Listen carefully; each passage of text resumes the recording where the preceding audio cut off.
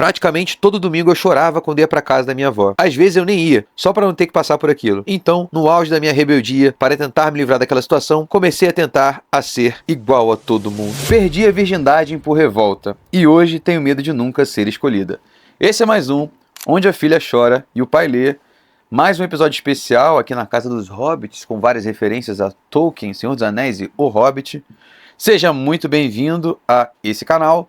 Não se esqueça de já deixar o seu like, se inscrever e ativar o sininho para você não perder nenhum episódio, porque aqui você irá ouvir histórias que irão somar para a sua vida, para que você não precisa repetir esse tipo de erro que alguém já cometeu com certeza e já tire uma lição e um aprendizado para a sua vida. Olá, pai!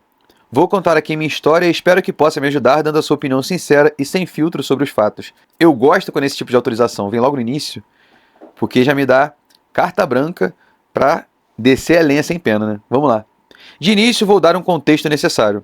Muito bom. Sempre fui muito quietinha, estudiosa, nunca dei trabalho, etc. Porém, na adolescência, comecei a me incomodar com a forma como minha mãe usava isso como um comparativo entre mim e as outras meninas da família.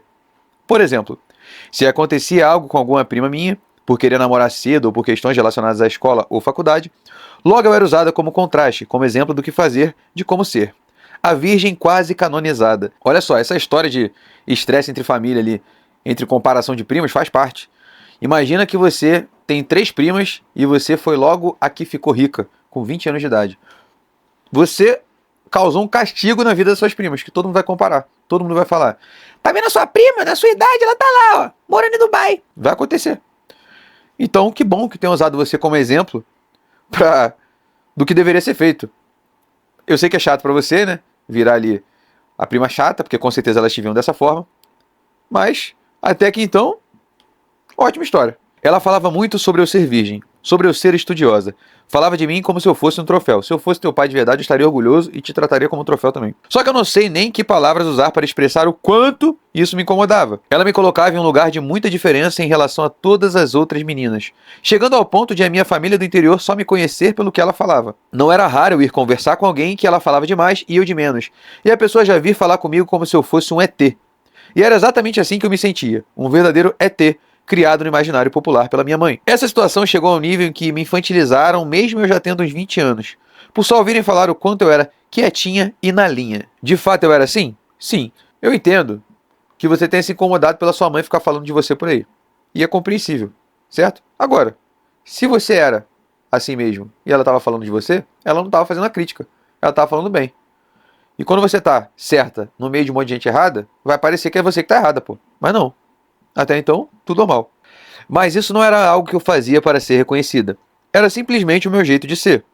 Quando eu conversava ou interagia com qualquer pessoa, era a coisa mais natural do mundo. Não tinha nada de extraordinário. Mas eu achava que a minha mãe queria se validar a partir disso. E por isso, a história que ela contava me transformava numa aberração dentro da minha própria família. Enfim, eu me sentia um verdadeiro ET no meio da minha família.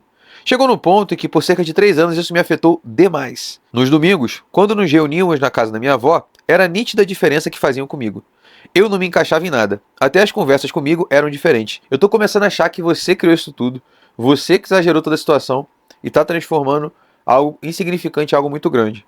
Mas esse é o meu ponto de vista, beleza?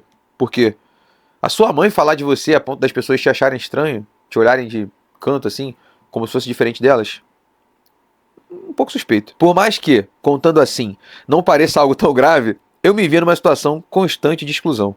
Cheguei a brigar várias vezes com a minha mãe pedindo para ela parar de falar de mim como se eu fosse um troféu, que deixasse as pessoas me conhecerem por mim mesma.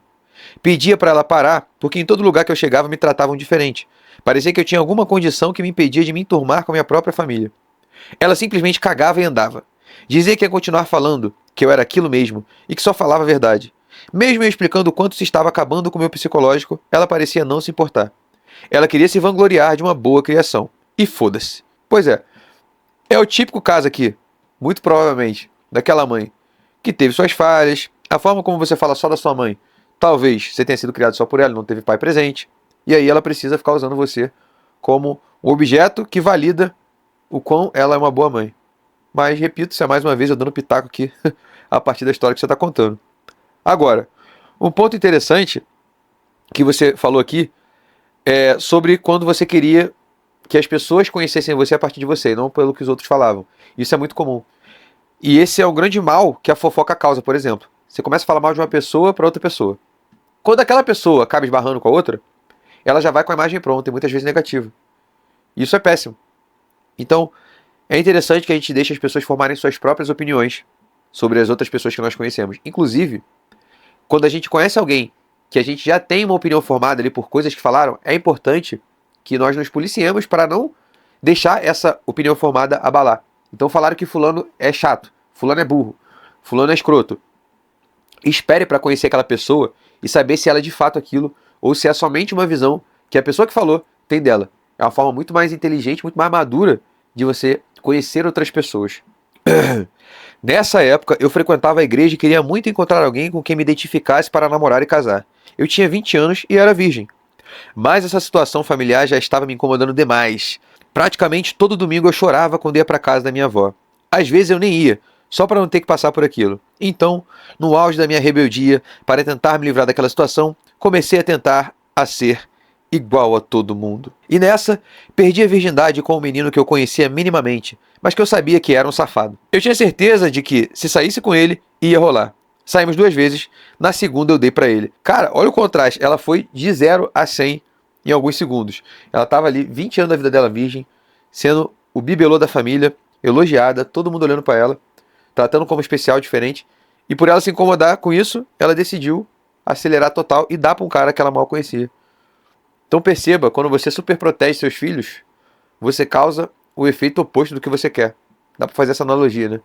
A mãe que protege o filho do mundo, o filho não aprende a lidar com o mundo. A mãe que quer transformar a filha num troféuzinho para a família, se revolta e vai sair dando por aí para estragar o esquema do troféuzinho. Meu objetivo era exatamente esse.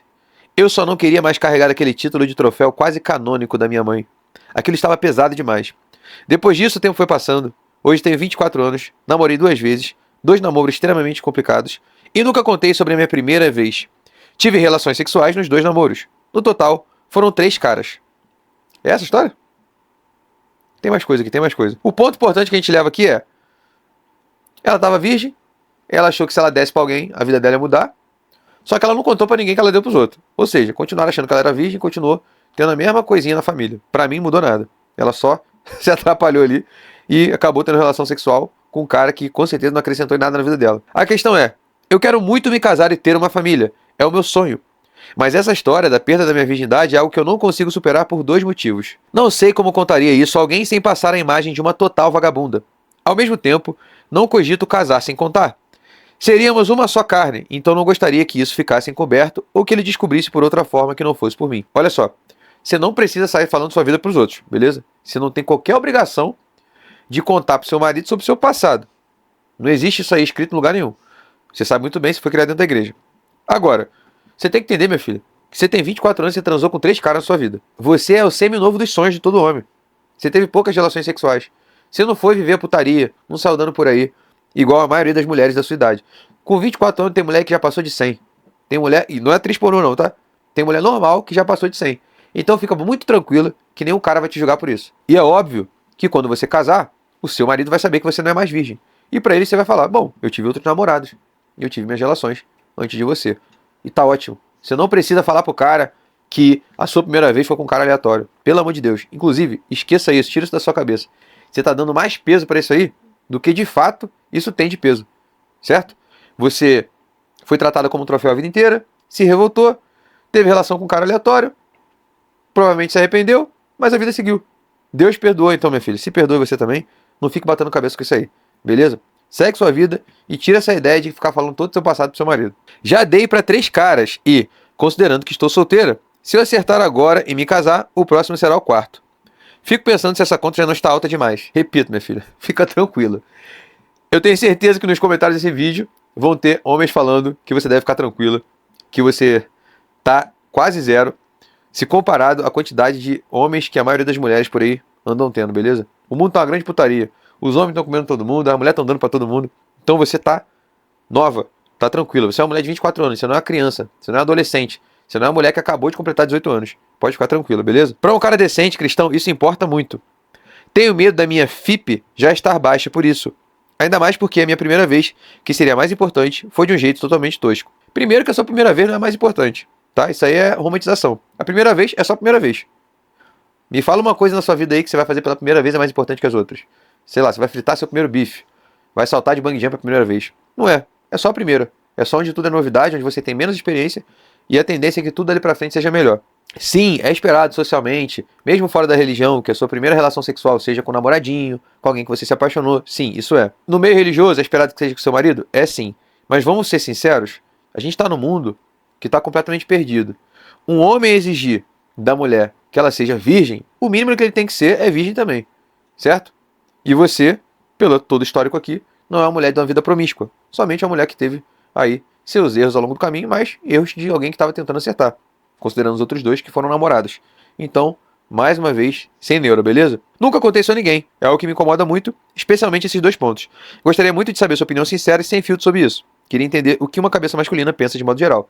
Bom, acho que você entendeu ao longo dessa leitura aqui que não tem nada demais, você pode ficar muito tranquilo que um homem de verdade, um homem adulto, não vai ficar batendo cabeça por conta disso. E, repito mais uma vez, você não precisa expor toda a sua história.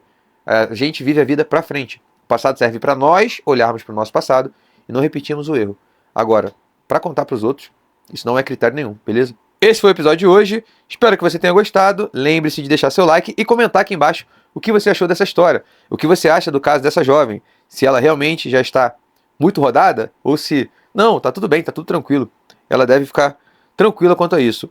Enfim, dê sua opinião aqui nos comentários. Ela é muito importante para nós, assim como a sua inscrição e que você ative o sininho e ajudar a gente a continuar crescendo e trazendo mais histórias como essa. Nos vemos na semana que vem, onde a filha chora e o pai lê. Um beijo do pai.